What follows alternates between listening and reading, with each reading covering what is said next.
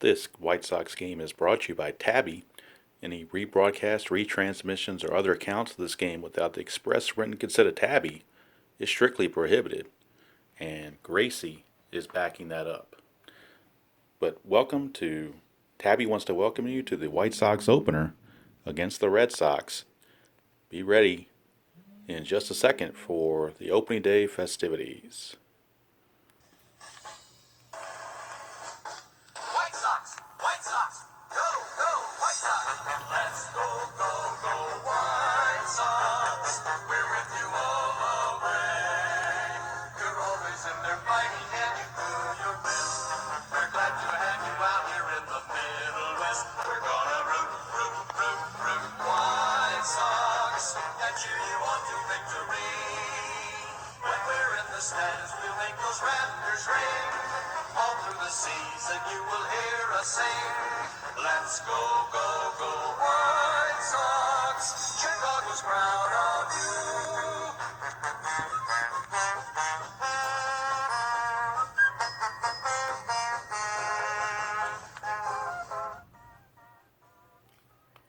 All right, welcome to Comiskey Park for the home opener, the 1977 Chicago White Sox. They just finished a three-game sweep north of the border against the Blue Jays, and now they're ready to take on the other colored Sox, the Red Sox of Boston. And we'll go ahead and get everything going in just a moment. All right, we are about ready to go. You can see the starting lineups for today's game. That was played April 12th, 1977. There was one change from the original lineup. Doug Griffin was actually in the real lineup, but he only had played in 4 games, so he does not have a card. So I figured it wouldn't hurt to put Steve Dillard in there and threw Griffin on the bench. If it gets to that, if we really run low, I guess I could go fire up the player app and try to use him. But for simplicity's sake, Dillard's a righty, Griffin's a righty. They're almost like carbon copies, so that is going to be what they happen there. Now, Fred Lynn injured himself in spring training, so he is on the disabled list right now. So that's moved Dwight Evans to center field, and they put Bernie Carbo in right. Nothing wrong with Fisk. They're just giving Montgomery his first start of the season. So Fisk is certainly available to pinch hit if necessary. Lineup for the White Sox is pretty much the same. Not a whole lot of difference there. Rick Wise, your starter, against Ken Brett. Now, Ken Brett started the opener against Toronto, but he's back now.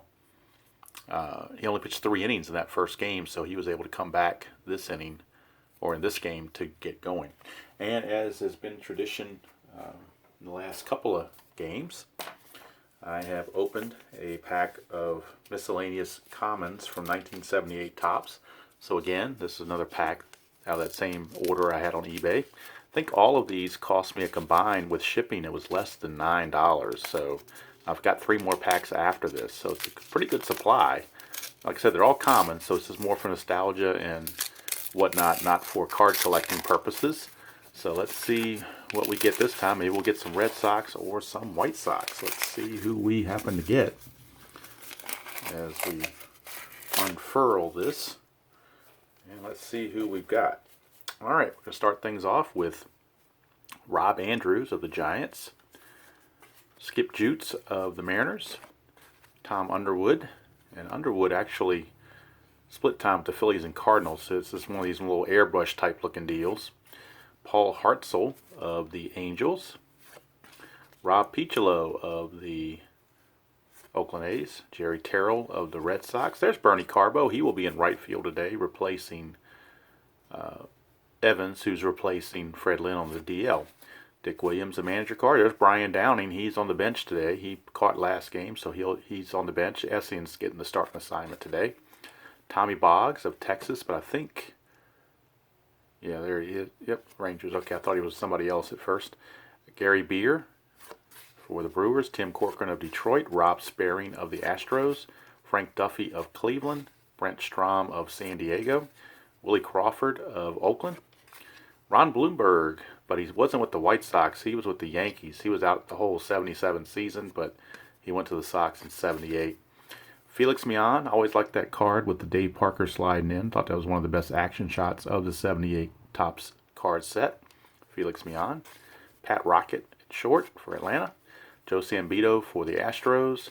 Glenn Adams of the Twins, I should say. Jim Clancy of Toronto. Steve Rinko, he has the distinction of playing for both the White Sox and the Cubs in 1977. He starts with the Cubs, so he's on the Cubs right now, and then mid-season he gets, or toward, I think it's maybe in in July or August, he gets traded to the White Sox. Amos Otis for Kansas City. Jim Tyrone of Oakland. Ken Maha, Maka of the Pittsburgh Pirates. Rick Miller of these Red Sox. Jerry Remy, who would later come to the Red Sox. Doug Capella. Bill Stein. Gary Matthews of Atlanta. Jim Slayton of Milwaukee. Rick Cerrone, just saw him earlier with Toronto. Alvin Dark of San Diego. Dennis Blair, who I think was with Montreal. Yeah, in 76 he was. Al McRae for Kansas City. Jerry Grody for the Dodgers. Kevin Bell, but he only had 9 games in 77, so if you see him at all this year, it'll be in September. Rogelio Moret or I used to call him Roger, I think they call him Rogelio now. He's with Texas. He was with Boston a while back, but he's with Texas now. And there are your 78 Topps Commons. Okay, weather for today's game was rolled as good weather, which means singles at Comiskey are 1 to 11 for both righties and lefties, and home runs are 1 to 6. So still a tough home run hitting park, even in good weather, for the White Sox, which makes it even more amazing what some of those Sox hitters actually did. All right, Ken Brett on the mound. He is making his second start of the season. Remember, he started opening day against Toronto, and in that opener, Ken Brett went 6 2/3 and got the win. So he's 1-0. He's going to be facing Rick Wise. So right now, the Red Sox stepping in. And we are just about ready to go. One thing I did want to do before we started, though, player profile. I always like to do one of those if I can. Now, this is actually a profile not on a player, but on a person that was a Comiskey Park, the right word for it, landmark or institution, whatever you want to call it. Nancy Faust. She was the organist at Comiskey Park. And actually, she's the one who got Harry Carey started doing the Take Me Out to the Ball Game, because Harry was with the White Sox in 77, and she pretty much got him going with that, encouraged him to do it. And also there was a tradition they had when the opposing pitcher would leave the game, being replaced by a bullpen pitcher, she would play the Na Na Na Hey Hey Goodbye song, and that kind of became a tradition as well. So Nancy Faust, longtime organist for the White Sox, is your profile today. And now we are ready to get going. Rick Burleson steps up against Ken Brett, and oddly enough, Ken Brett pitched for the Red Sox in the 67 season toward the end. So 10 years later, he's with the White Sox. Here we go, Rick Burleson against Brett. 1-7, and that's going to be a strikeout. Rick Burleson down on strikes to start the ball game. Here's Steve Dillard. 1-7 for Dillard. He's going to ground to third. And there's 2 away for Jim Rice. Rice the DH in today's game. It's a day game. Opening day. It's a day game, of course. 3-5 is a strikeout. So Ken Brett puts the Red Sox down in order 1, 2, 3. And it's going to give the White Sox a chance to get the early lead. Here's Rick Wise, the pitcher. And on the 77 season, he was 11-5 with a 4.77 ERA. And he'll be facing Ralph Garr, leadoff hitter for the Southside Hitmen, Chicago White Sox. Garr, 3-6, and they're going to continue hitting. 3-6 is a 110 for a double. 11-20 is a single. That is a 1. It's a double for Ralph Garr. So the hit parade continues for these White Sox. Garr with the leadoff double. Here's Bannister. There's a 1. Chance for a wild pitch, but Rick Wise is only a 1. And it's 20, so there's no wild pitch. So we'll come back to Bannister. 1-7. 1-13 is a single. 14-20, and the third baseman, Hobson will grab it. It's an 8. It gets by him for a base hit, but it's only 1 star. So the runner Gar has to stop at third as Yaz gets it back in. Runners at the corners, nobody out. George Orta, second baseman, the batter. The Red Sox looking to turn 2. They'll give up the run early to get the double play. 3-10. 3-10's ground ball, second base C. That's going to get the run home, and it's not going to be a double play. It's a C, so runners advance. Bannister goes to second. Gar comes in to score. Give an RBI ground out to Orta, and the White Sox lead it 1-0. Here at the bottom of the first, and here's Richie Zisk. Pitch to Zisk at your own risk. 2-5. And Rick Wise didn't heed that warning. 1-7's a triple. 8-20 is a single, but 2 stars, which will score Bannister. It's a 16, so it's a single, but the 2 stars is good enough to score Bannister, and the White Sox lead it 2-0 on the RBI single by Richie Zisk. Rick Wise not learning. Here's Jim Spencer. 3-8 for Spencer. Pops it up to first. 2 down. And that'll bring up Oscar Gamble, the DH. Gamble, a 5-6. That's a single, 2 stars off Rick Wise's card, so Gamble will single, and Zisk will go to third. So again, runners at the corners with 2 outs for Eric Soderholm. Soderholm, a 1-10. He's going to ground to short, and that's going to end the inning. It was a ground ball shortstop A, so we'll say he went the short way to second. But 2 runs come in for the White Sox. And at the end of 1, it is Chicago 2 and Boston nothing. Boston trying to ride the momentum of the New England Patriots Super Bowl win over the Rams, which was yesterday, but so far not faring too well. Here's George Scott. 112 for Scott. That's a ballpark diamond shot. 1-6 will be a home run. Anything else is a fly to right field. It's a fly to right. 1 away. So George Scott not able to take advantage of that. Here's Yaz. 6-8 for Yaz. Lefty on lefty. Struck him out. So Ken Brett puts the K on Yaz. 2 up, 2 down, and that will bring up Dwight Evans, who is forced to play center field. Cards are sticking together on me. Dwight Evans forced to play center field. He was a 1 in right and is only a 2 in center, so he loses a little bit in center field defensively. 2-9 against a lefty. 2-9 is a single, so it's a single.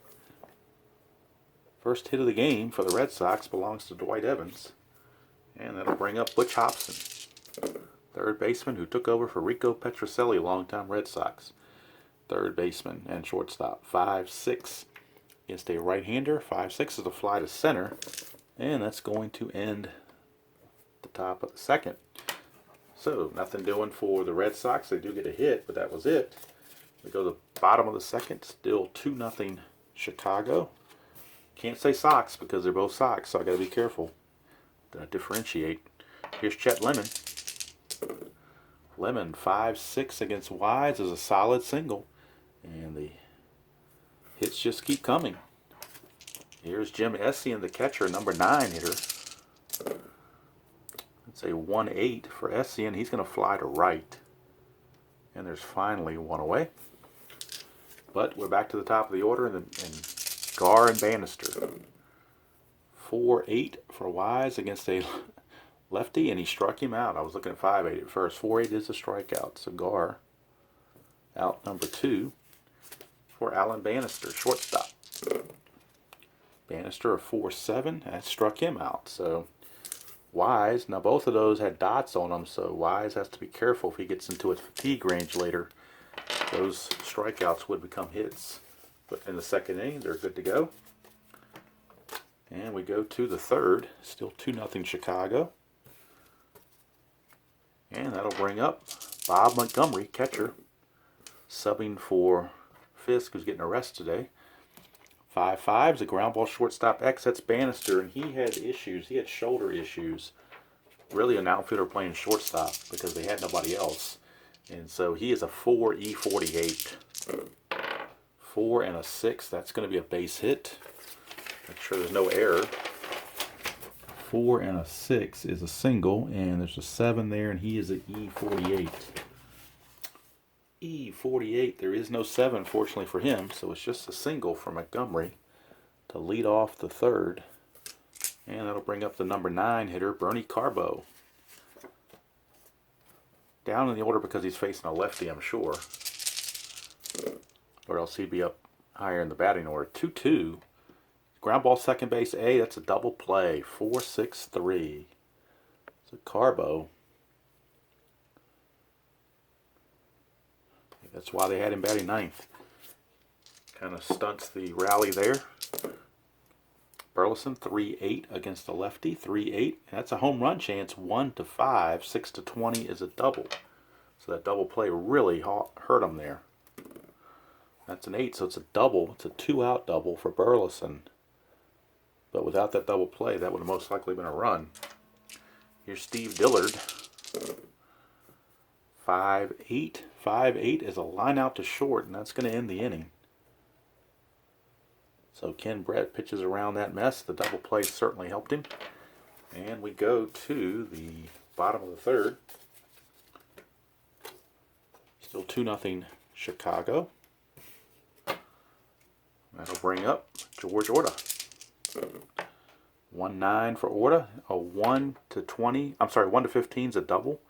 And a 16-20 is a single. That's a double for Orta. So yet another extra base hit. That is that's just the second extra base hit of the game. Seems like it's been more, but it's the second one. Here's Richie Zisk, speaking of extra base hits. 2-9 for Zisk. 1-7 is a home run. 8-20, he flies to right. He flew to right, so he just missed it. One away. That'll bring up Spencer. 4-5 for Spencer against Wise as a ground ball shortstop X. That's Burleson. And Rick Burleson defensively for the Sox is a 2E25. That's a 1. So that's definitely going to be a base hit. And that's a 6. No 6, but it is going to be a base hit. A 2 and a 1 is a single with 1 star. So the 1 star means Orta will not score. But it will put runners at the corners. And here come the Sox. Oscar Gamble. Red Sox looking for double play. 4-7 for Wise. Struck him out. That certainly helps his cause. 2 down, and it's up to Eric Soderholm. Soderholm a 2-7. And Soderholm's going to come through. 1-10 is a double. 11-20 is a single. That's a single, but it is 2 stars, and it will score. Well, Orta was on third, so he would have scored anyway. And Spencer will go to third. So that makes it 3-0 Chicago, with runners on the corners and 2 outs, and Chet Lemon. It's a 2-9 for Lemon. Struck him out to end the inning. After 3 complete here at Comiskey, it is Chicago 3 and Boston nothing. And Ken Brett enjoying that run support and chance to go to 2-0 on the season. Possibly. Here is Jim Rice. 3-6 against the lefty. Struck him out. Rice 0 for 2 with 2 Ks. And this was the year Rice did really well. 39 home runs, 114 RBIs, and a 320 average. I believe he was MVP, actually. Or it might have been 78. I'm not sure if it was 77 or 78 he was MVP. He was close. 4-2. 4-2 is a diamond shot home run chance or a fly to left. 1-6 for the boomer, George Scott, would be a home run. It's 11, though, so it's a fly to left that is handled out there by Ralph Garr for out number 2. So Rice hit it well, but not enough. Here's Yaz. 1-8 against a lefty, and he's going to ground to first.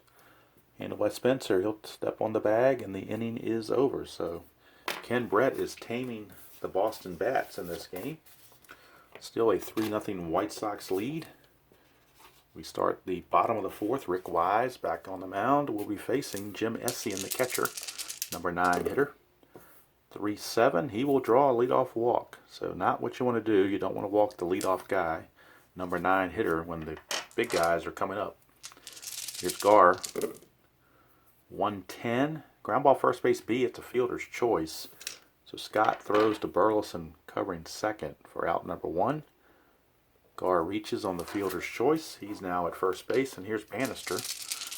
And the way they hit, they're not looking to run, they're just looking to pound. 210, ground ball third base B. So that's another fielder's choice, as Hobson will throw it to Dillard. 5-4 on the fielder's choice. 2 down. Bannister now the new runner, and here's George Orta. He doubled last trip. 3-7. 5-ball center field B. There is this clutch, but there's nobody in scoring position. There are 2 outs, but no one's in scoring position, so it's going to stay a fly to center.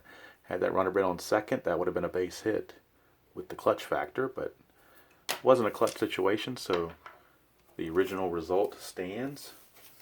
And nothing doing for the White Sox in the 4th. We go to the 5th. Still 3-0 in favor of Chicago. Ken Brett ready to face Dwight Evans. Dewey Evans. 3-7 for Evans, and it's a 1-4 single. Anything else, he will ground to Soderholm at third. And he does. So Soderholm throws him out 5-3. 1 down for Butch Hobson. Hobson 6-10 against a righty. Fly to left, handled out there by Ralph Gar. 2 down, and Ken Brett is just cruising along here. Here's Montgomery, the catcher. 3-3, and he will draw. I'm sorry, 3-3 is over here. It's a fly to right. And that's going to end the inning. That's why I use that pen to not confuse myself. All right, so 3 up, 3 down go the Red Sox. Bottom of the 5th. Ken Brett looking more and more like he might go to 2-0. Although the Red Sox do have heavy artillery. All right, here's Richie Zisk. 1-7. One struck him out. So 1 away for Jim Spencer. 2-3 for Spencer is a ballpark single check, and that's a 1-11 for a single. It's a 12, so he will end up lining to second for out number 2, and that brings up Oscar Gamble. 3-3. 3-3 is a ground ball to first, handled by Scott, and the inning is over. So 5 innings are in the books here at Comiskey, with the score Chicago 3 and Boston nothing. Again, Brett. Now 6 will be his beginning of his point of weakness, but the way he's pitching, he might be able to go a little bit more than that. We'll see. He's going to start out facing Bernie Carbo, right fielder. 3-3 against a lefty is a ground ball to first. He would have walked against a righty, but against a lefty, he grounds it to Spencer for 1 away. Here's Rick Burleson, top of the order. Let's move this down a little bit so you can see the score sheet better. 1-5, at least hopefully. 1-5 is a single for Rick Burleson, so a 1-out single for Burleson. He is now 2 for 3, as he is aboard with 1 out for Steve Dillard. 1-8, pops it up to short. That's out number 2. And it's going to bring up Jim Rice in a big spot. 4-6, and Jim Rice comes through. 1-3 is a double, 4-20 is a single.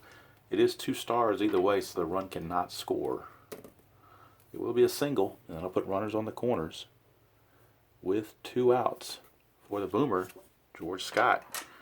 He could certainly tie the game with 1 swing of the bat. It's a 4-5, but he won't do it. It's ground ball to third. Soderholm has it, and that's going to end the inning. So the Red Sox get something going, but can't quite put everything together. And we go to the bottom of the 6th. Still 3-0 Chicago. Rick Wise, the 5th inning was his point of weakness inning, but he didn't give up anything, so he's still good to go. Still got all his fatigue bullets in his pocket, so to speak. Here's Soderholm. 4-3. Fly ball right field X. That is Carbo. And as a right fielder, Carbo, a 3 E16. 3 and 20, he'll definitely get to that. Let's check the E16 portion. That's a 12. E16 and a 12. And right here, E16, that is a 2-base error with that 12 sitting right there on the E16. 12, and that is a 12. So it's a 2-base error on Carbo, and right there, the effects of not having Fred Lynn hurting the Red Sox dearly, not only offensively but defensively, as Carbo had to play right, and Evans would have certainly probably gotten to that and made the play. But injuries are a factor. 6-9 for Lemon. Y, 6-9. Fly ball right field B. 1 away. Jim Essien. 4-6. Ground ball third base B. The runner's going to have to hold with the play in front of him. So it's 2 away. And it's Ralph Garr. 1-9 for Garr. He grounds to second, and the inning is over. So Wise has stabilized things a little bit. And at the end of 6 complete here at Comiskey, it is Chicago 3 and Boston nothing. And Brett still going strong. He gave up, let's see, 2 hits. So he's got 2 more notches he can get against him before he gets tired. So here's Yastrzemski. 1-6. He's going to pop it to second. Orta makes the play. 1 away. Here's Dewey Evans. 2-8 for Evans. And that's a ground ball to third. Handled by Soderholm. 2 down. And that'll bring up Butch Hobson, the third baseman. And that is a 1-10 against the lefty, and that's a strikeout. So Ken Brett mowing him down. 7 shutout innings for Ken Brett. Could you ask for anything more if you are Bob Lemon, the White Sox manager? He has given you more than you could possibly ask for. And we go to the bottom of the 7th with the score. The Chicago White Sox 3 and the Red Sox nothing.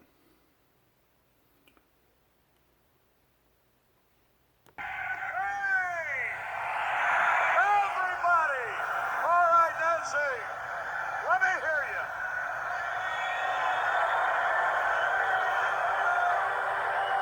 Take me out to the water. Take me out to the ground. Buy me some peanuts and cracker jack. I don't care if I ever get back, for it's root for the White Sox. If they don't win, it's a shame. For it's 1, 2, 3 strikes, you're out at the old ball game. All right, we are now ready for the bottom of the 7th, and it'll be Alan Bannister to start things off. That error does not count against Wise, so he's still unaffected by fatigue right now. So he can keep going as long as he's effective. 2-5 for Bannister. Fly to left. And he has seemed to settle in since that first inning. He got kind of bushwhacked there in the first inning. And ever since then, he's really settled in and pitched well. Just not getting any run support. 5-10. It's a ballpark single check. 1 to an 11 for Orta. It's a 1, so it's a base hit for Orta. He's 2 for 4 in the game now. And it's going to bring up Richie Zisk. Zisk, a 3-7, is a ground ball second base C. That will advance the runner. Orta will go to second base on the 4-3 ground out from Dillard to Scott. 2 down for Jim Spencer. Now, they could walk Spencer intentionally, but you got Oscar Gamble next, so pick your poison. Spencer is 1 for 3, and so is Gamble. So you literally gamble if you walk Spencer intentionally. So they're going to pitch to him. 1-9. And it paid off. Pops out to first. Handled by Scott. And the inning's over. So we go to the 8th. Score still 3-0. Now both bullpens are starting to see some activity just because we're getting late in the game. And let's see what we're going to do here. Ken Brett certainly pitching well, but the White Sox do have activity in the bullpen. Laren LeGros, their closer, is loosening in the bullpen in case Brett should run into problems. Montgomery is scheduled to bat, but we're going to pinch hit for Montgomery. Although he was a 300 hitter on the year, only had 40 at bats. So should they pinch hit or not? Maybe that's, well, they're going to pinch hit with Fisk and let Fisk catch the last 2 innings. They got to do something to try to spark their offense. So Fisk will come in and he will catch the 8th inning and the 9th if it goes further, but he'd only have to catch 1 defensive inning, so that shouldn't hurt him fatigue-wise. So he's going to be in there to pinch hit against Ken Brett. 5-5. Ground ball shortstop X, that's Bannister. 4E48. 4-7 might be a hit. Let's check it out. 4-7. And 4-7, unfortunately for Fisk, a 4-7 is a G3, so he does get to it. Check the error. There is a 17. 17, and he's an E48. Let's check E48. There is no 17. There's a 12, 15, 16, and 18, but there is no 17. So Bannister fielded a tough play and throws Fisk out. 1 away. That'll bring up Bernie Carbo. Now Carbo is 0 for 2. Let's check the bench and see if they got any right-handers they can bring in. Not really. All the right-handers were in the starting lineup, so they're going to stick with Carbo. They're going to have to stick with Carbo. They have another choice. 3-9. Carbo struck him out. So just a bad option there because they had no other options. Denny Doyle and Rick Miller were on the bench. They were both lefties. Here's Burleson, 6-4 against Brett. Ballpark single check, 1 to an 11 for Burleson to get a hit. And he does, so Burleson, his 3rd hit, he's 3 for 4 out of the leadoff spot, is Rick Burleson. That'll bring up Dillard. 1-5 against the lefty, and he's going to fly to left, and that's going to end the inning. So Ken Brett, 8 shutout innings in this one. We'll see if he can get the complete game or not. I don't know. Rick Wise is going to stay out there. Again, he's pitching so well, you hate to take him out. Although, Tom House, the lefty, is in the bullpen, ready to go if necessary. So we'll see how that plays out. But first, it's going to be Oscar Gamble. 5-9 against the lefty. It's a fly to center. So Gamble is out of there. Now, that will bring up Eric Soderholm.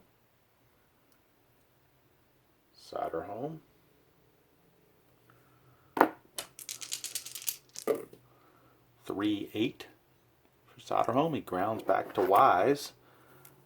And it's 2 away, so Rick Wise potentially could pitch the complete game here. Here's Chet Lemon. 5-7. 1-9's a single. Anything else, he will line it to Hobson at 3rd. Whoops, let's put this on the book. It's a 5, so it will be a 2-out single for Chet Lemon. And here's Jim Essien, catcher.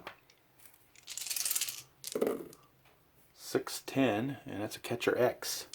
Catcher is now Fisk. Remember, he came in to catch defensively after pinch hitting for Montgomery. So Fisk as a catcher is a 1E4.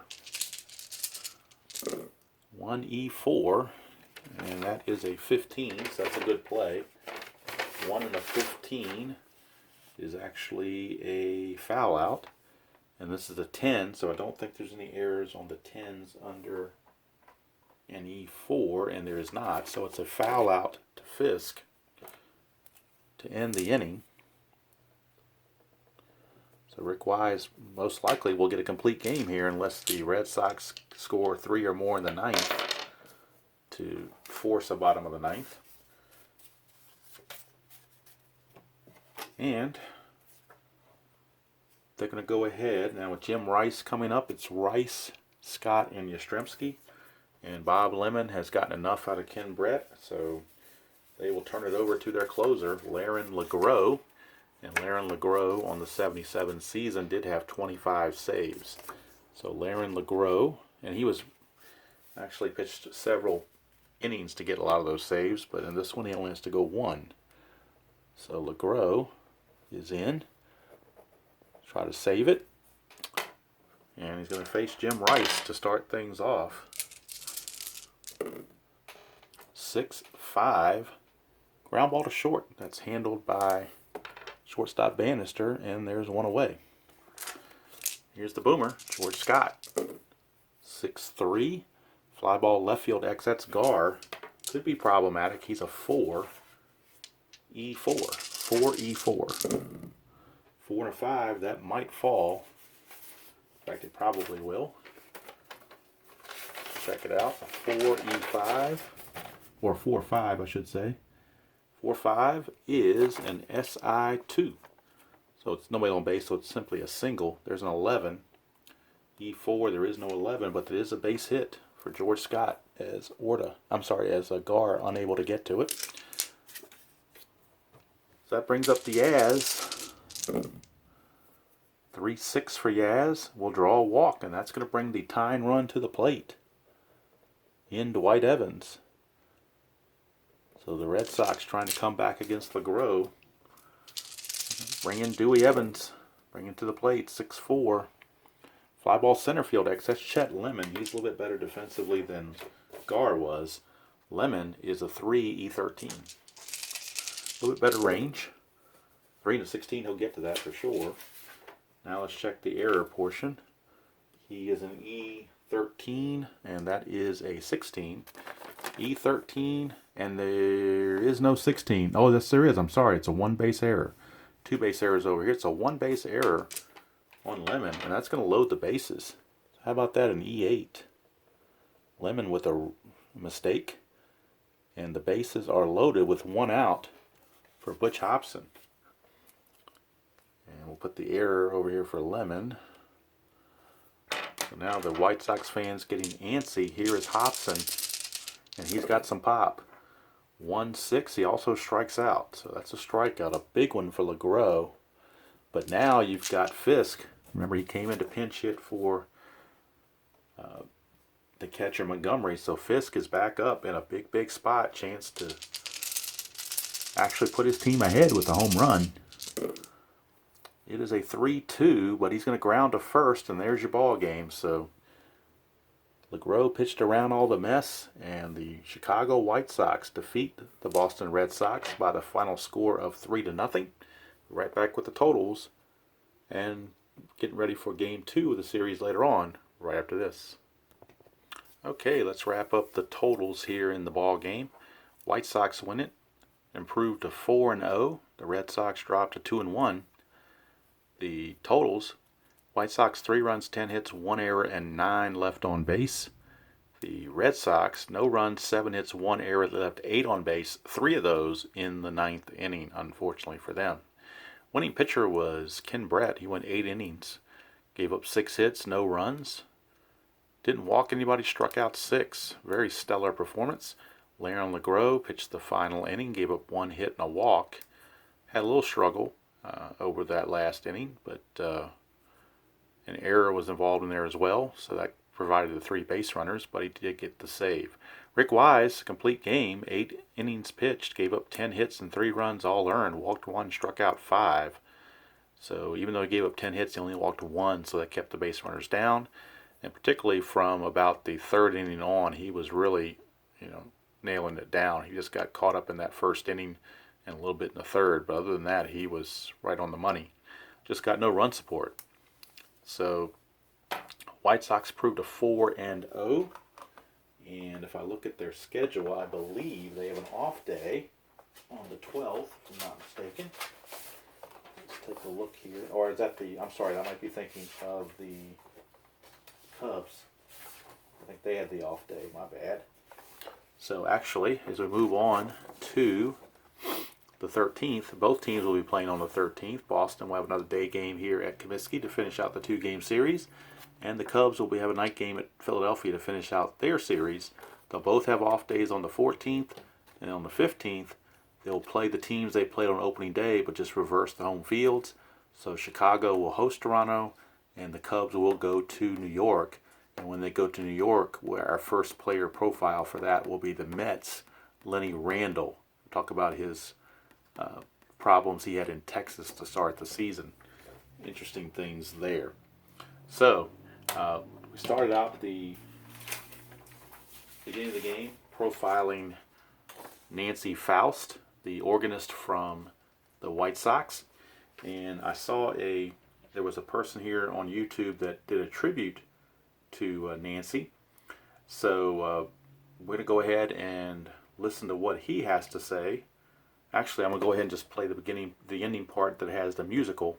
I didn't get to play this because there was no pitching changes for the Red Sox, so we'll go ahead and play it as we say so long from Comiskey, where again the final score was Chicago 3 and Boston nothing.